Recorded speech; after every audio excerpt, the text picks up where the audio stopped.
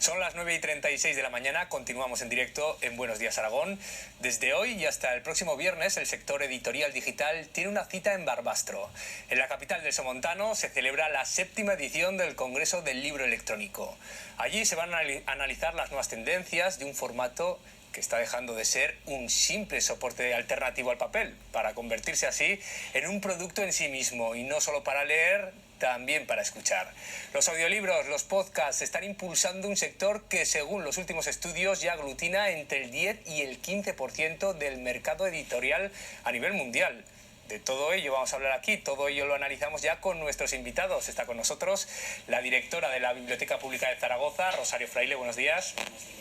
Y también el escritor Esteban Navarro, buenos días. Buenos días. Escritor y además uno de los pioneros del formato digital. De hecho, se te saca el término de generación Kindle para hablar de todos esos autores que comenzaron el formato digital y después pasaron al papel por el éxito del formato digital. Así es, fue en el año 2011 cuando desembarcó Amazon en Europa y sugerí a través de Twitter que quizá estábamos... Qué mejor manera de hacerlo, qué mejor manera de darse a conocer y de opinar, que estábamos quizá ante una nueva ola de autores surgidos de la edición digital, en este caso del Kindle, y por eso lo denominé generación Kindle. En pocos días la prensa ya ponía la generación Kindle, o sea, absorbieron ese término. Y ahora, varios años después, 7 años después, ¿confirmas que existe una generación con algunos puntos en común, esa generación? Yo creo que ha quedado más como una idea, como un sentimiento de pertenencia a esa generación Kindle, pero ya no se utiliza. Lo que sí queda es lo que fue los orígenes de la generación Kindle y lo que supuso para muchos autores. Yo mismo soy un producto, mi literatura, de la generación Kindle. Sin el Kindle yo no hubiera llegado a ser escritor como soy ahora. ¿Pero qué te permitió a ti ese formato digital? Yo creo que lo que ha hecho ha sido democratizar la literatura. Antes, si hablamos de literatura tradicional, las editoriales eran las que decidían qué novela era bestseller o qué novela se vendía más o se vendía menos. Y ahora son los propios lectores los que deciden, con la adquisición de los libros digitales, qué novelas les interesan más. Y luego ese filtro que había intermedio, que a veces es bueno, pero a veces no es tan bueno, permite que la relación entre el lector y el escritor sea directa. Y al quitar los intermediarios, yo creo que ha beneficiado un poco también a esa proliferación del libro electrónico. Ahora nos explicas, para quien tenga alguna duda y tenga un manuscrito entre manos, cómo se puede autopublicar a través del formato digital, pero vamos a hablar también con Rosario Fraile, porque la Red de Bibliotecas de Aragón, también todas las bibliotecas de España, comenzaron hace unos años una nueva propuesta atendiendo a estas demandas que había por parte de muchas personas de libros digitales, que se llama eBiblio.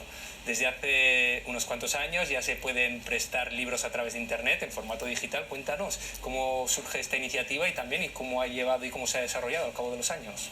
Pues en el año 2014 nace eBiblio, es un servicio público de préstamo online de contenidos digitales. Contenidos digitales son libros electrónicos, audiolibros y también revistas. eBiblio nace impulsado por el Ministerio de Cultura y la gestión se lleva a cabo a través de las comunidades autónomas y de sus redes de bibliotecas, de forma que cualquier usuario de la red de bibliotecas de Aragón ya por eso mismo puede ser usuario de eBiblio. Y para aquellos que no son usuarios de la red de bibliotecas, pues existe la posibilidad de ser usuario única y exclusivamente de eBiblio, dándose de alta en la plataforma.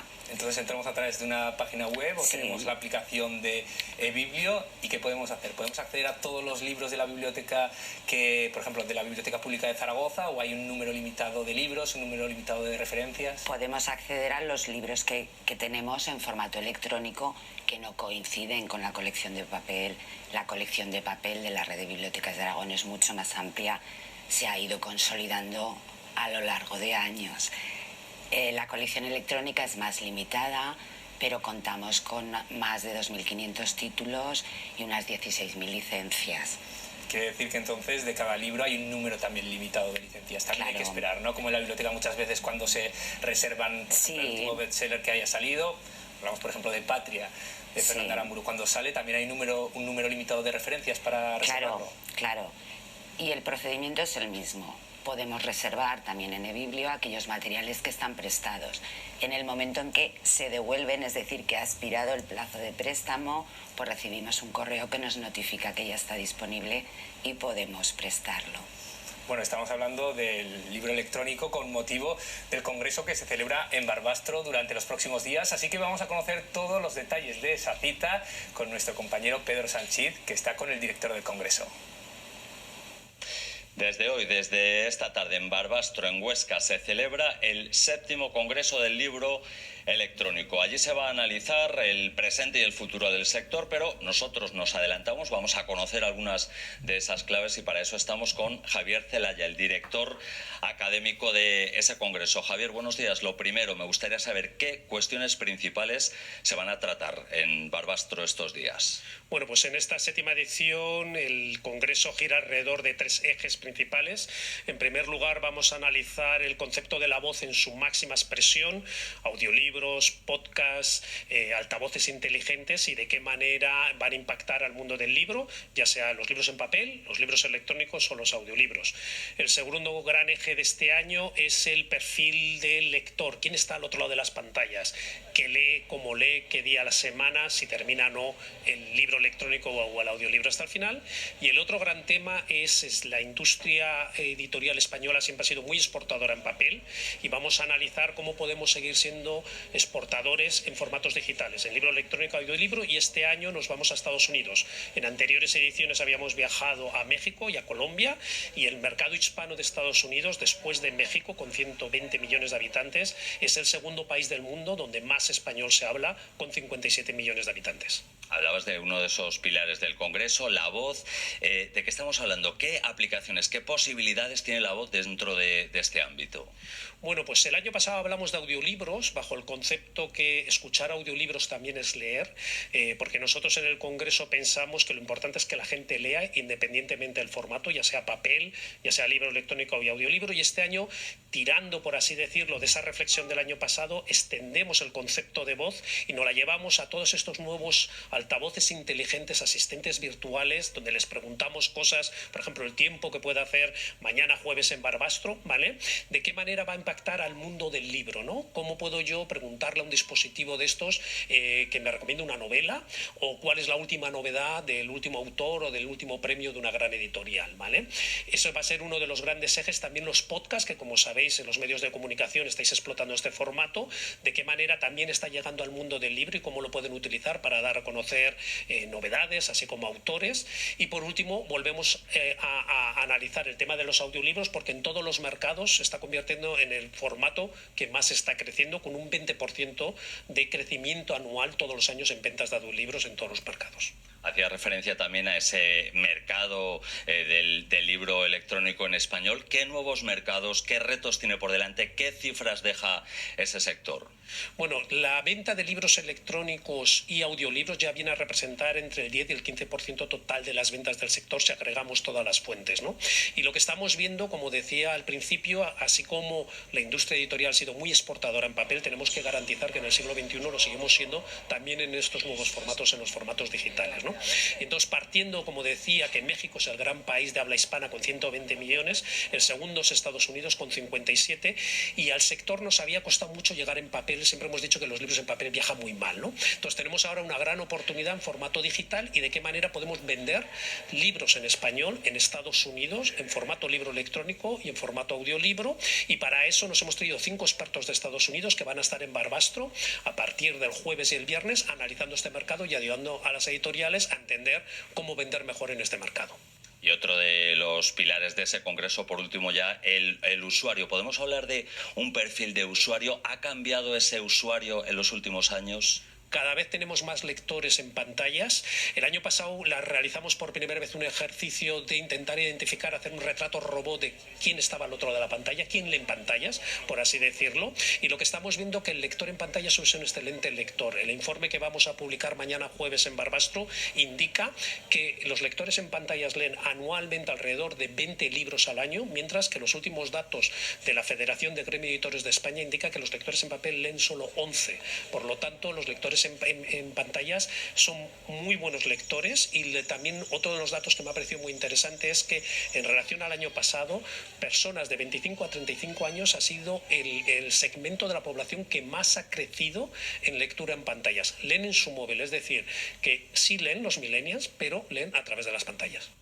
Pues Javier Celaya, muchas gracias por atendernos, por adelantarnos algunas de esas claves de ese congreso. Ya lo saben, en Barbastro hasta el próximo viernes. Ya nos ha avanzado, como han escuchado el director del Congreso, algunos datos que se van a analizar en Barbastro, pero vamos a conocer los detalles de ese perfil del lector digital y lo hacemos, qué mejor que con una barbastrense, con Carolina. Vamos a ver quién lee en formato digital, lo vamos a ver aquí en la pantalla. Más o menos se ha igualado, sobre todo en el último año, son el 44% hombres y el 55% mujeres. ¿Qué franja de edad? Pues entre los 18 y 50 años. Esta horquilla se ha ensanchado también considerablemente en este último año. ¿Y en qué formato leen? Pues prefieren sobre todo el teléfono móvil, pero también la tablet y el PC. ¿Y dónde se lee en nuestro país? ¿Dónde están esos lectores digitales? Pues los encontramos principalmente en varias comunidades autónomas, que son Andalucía, Madrid y Cataluña, y en varias provincias también. Vemos Valencia, Vizcaya y Zaragoza. Por lo que nos dicen los datos, se prefiere ese momento de coger el transporte público cuando se va y se viene del trabajo para ir con ese formato digital y poder leer. Y vamos a ver también un tercer dato, que es qué y cuánto leen esos lectores digitales. Pues más o menos nos lo decía también el director del Congreso de Barbastro, 20 libros al año, casi el doble de los que prefieren solo los libros en papel. ¿Qué época del año prefieren para leer? Pues el verano y las navidades. ¿Y en qué formatos lo hacen? Pues en el ebook y en el audiolibro. Sí, el audiolibro, que ha crecido mucho, que no es el libro que se escribe, sino el libro que se escucha. Pues vamos a quedarnos con ese último dato, Carolina, con el audiolibro. Parece ser que cada vez más novelas se leen, se escuchan. No sé, Esteban, si alguna de tus novelas también se ha convertido en audiolibro ya. De momento no, y no he explorado ni siquiera autoeditándome ese terreno, pero bueno, está ahí, las cifras son importantes, habrá que tenerlo en cuenta. ¿Y crees que el escritor se tiene que adaptar a ese formato también? Pensar que lo va a leer algunos lectores, pero que otros lo van a escuchar y que entonces quizás los diálogos entre los personajes, algunas cosas tienen que estar más cuidadas. Me parece apasionante el que se puedan unificar lo que sea la lectura y un poco lo que sea la televisión o el teatro o la radio. Sería como unificar todos los grandes medios en uno solo, el audiolibro, porque que puedas ponerle voz a los personajes. Yo por mi parte como escritor pondré la misma pega que podría poner cuando a un escritor le adaptan una novela al cine, que nunca puede ser que estés de acuerdo con esa voz que le han puesto o con ese perfil, pero bueno, eso es algo con lo que hay que lidiar y yo creo que los escritores sí que tienen su parte importante en ese terreno.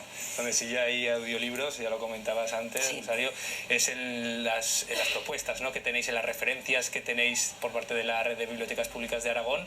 ¿Cuántos audiolibros hay? ¿Se ha notado también un mayor consumo entre los usuarios? Se ha notado un ligero aumento del consumo. El audiolibro es un formato sorprendente porque hace ya mucho tiempo que existe ligado a un formato físico.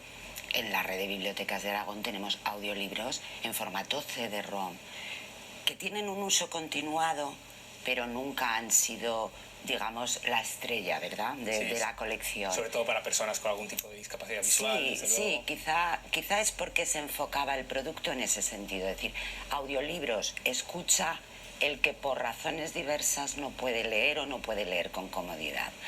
Ahora parece que el audiolibro está adquiriendo otro perfil, que es el de escucho en aquellos momentos en los que, como estoy haciendo otra cosa, parece que ahora somos todos multitarea, pues aprovecho, estoy cocinando y a la vez estoy escuchando, estoy viajando y a la vez estoy escuchando. Entonces, en ese sentido sí que parece que todo el mundo vaticina un cambio en el concepto de audiolibro.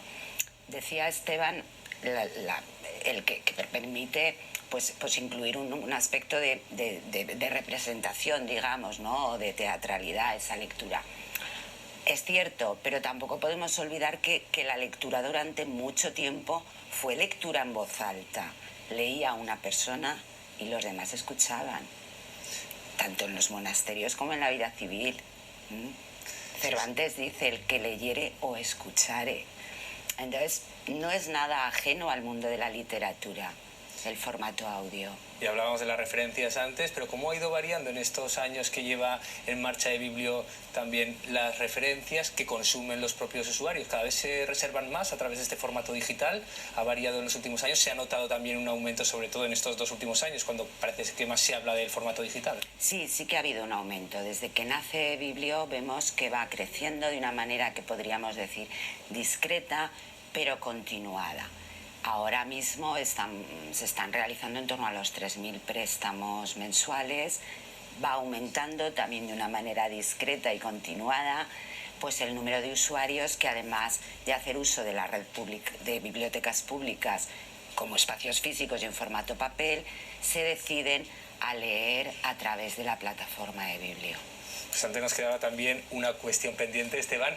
Para aquel que tenga un manuscrito, para aquel que quiera lanzarse al formato digital, ¿es tan sencillo como convertir un Word en un PDF y subirlo a Internet? ¿Hay que hacer algún paso más? Es sencillísimo. Hombre, primero hay que cuidar el manuscrito, corregirlo bien, bueno, eso está clarísimo.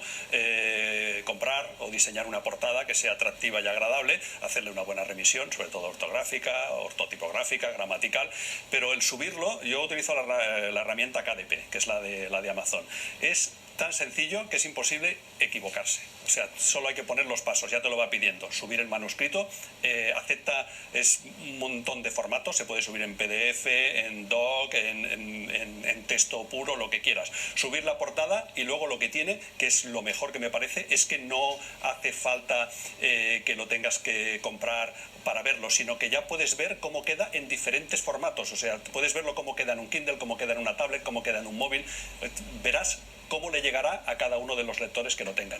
Le das enviar y a la velocidad de la luz lo tienes en todos los países, que se hablaba mucho de la distribución.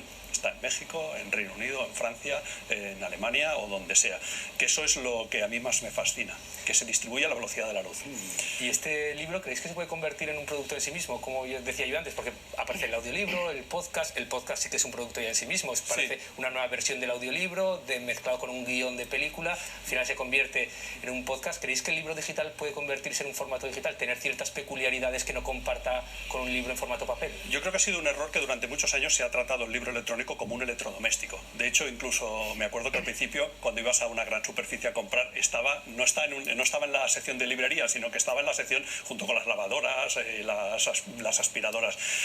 Yo siempre lo he dicho, si yo estoy leyendo, o mejor, al revés, si Rosario está leyendo 100 años de soledad en papel y yo lo estoy leyendo en un libro electrónico, lo importante es que los dos estamos leyendo 100 años de soledad.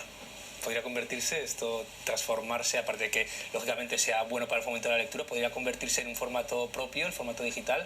No sé si vosotros, por ejemplo, tenéis libros que solo estén en formato digital.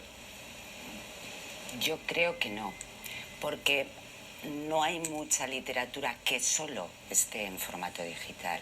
La mayoría de lo que se edita en ambos formatos, pero sí tenemos muchos títulos que están en papel y en formato digital. Como dice Esteban, lo importante es que haya buenas obras y que se distribuyan, sea en un formato o sea en otro. Cada formato encontrará su sitio, su lector, su momento. Hay cosas para leerlas en papel, y seguramente Esteban estará de acuerdo conmigo, hay cosas que puedes leer en ambos formatos, hay momentos para leer en papel, hay momentos para leer en digital. Yo creo que es un enriquecimiento del sector y de los servicios, no una cosa enfrentada ni un problema. Sí, parece ser que ya se ha superado ese enfrentamiento que había al inicio de la creación del libro electrónico, aunque siga habiendo ciertos riesgos que se miran con recelos, como por ejemplo, vamos a plantearlo aquí, puede ser la piratería, además que os puede afectar a los dos, a uno como autor, también a otra persona como gestora de una red de bibliotecas públicas. ¿Cómo se combate la piratería para que no se puedan descargar esos libros y que estén accesibles y que se puedan compartir con cualquier persona? Sí, bueno, yo creo que uno de los objetivos del Ministerio al crear la plataforma de Biblio en el año 2014 fue justamente este. Por un lado, dar un servicio público de lectura de libro digital o de lectura de contenidos digitales, y por otro lado, garantizar que había una plataforma que garantizaba, valga la redundancia, los derechos de autor y los derechos digitales. Entonces, pues fomentando el uso de estas plataformas. ¿Para qué voy a piratear algo que tengo de forma gratis a través de un servicio público? Por parte del mundo editorial, pues quizá, como hemos visto en otros ámbitos, pues si tú ofreces un buen producto legal, con una fácil disponibilidad y a un buen precio, ¿qué necesidad hay de piratear? Es así, hay poca necesidad de piratear. Yo estoy totalmente de acuerdo, además en estos 8 o 9 años de recorrido del libro electrónico lo hemos visto. Antes, incluso yo recuerdo al principio como anécdota que había páginas piratas que había que enviar un mensaje MMS que costaba €1,20 para descargar una novela que costaba €0,99. Y yo pensaba, digo, qué mal pirata. Pero yo pienso que totalmente de acuerdo con lo que ha dicho Rosario y sobre todo estoy en contra de esas editoriales que ponen los libros digitales a 12 euros. La piratería se combate también poniendo los libros y haciendo ofertas asequibles para que el que piratea no tenga esa necesidad de hacerlo. Se trata en definitiva de democratizar la literatura y de todo ello hablarán en Barbastro a partir de esta tarde y hasta el viernes. Muchas gracias por analizar este aspecto, también este negocio, también desde luego que es el libro digital. Muchas gracias Esteban Navarro por acompañarnos, también Rosario Fraile por estar con nosotros. Muchas gracias. Nosotros antes de despedirnos les proponemos un viaje en bicicleta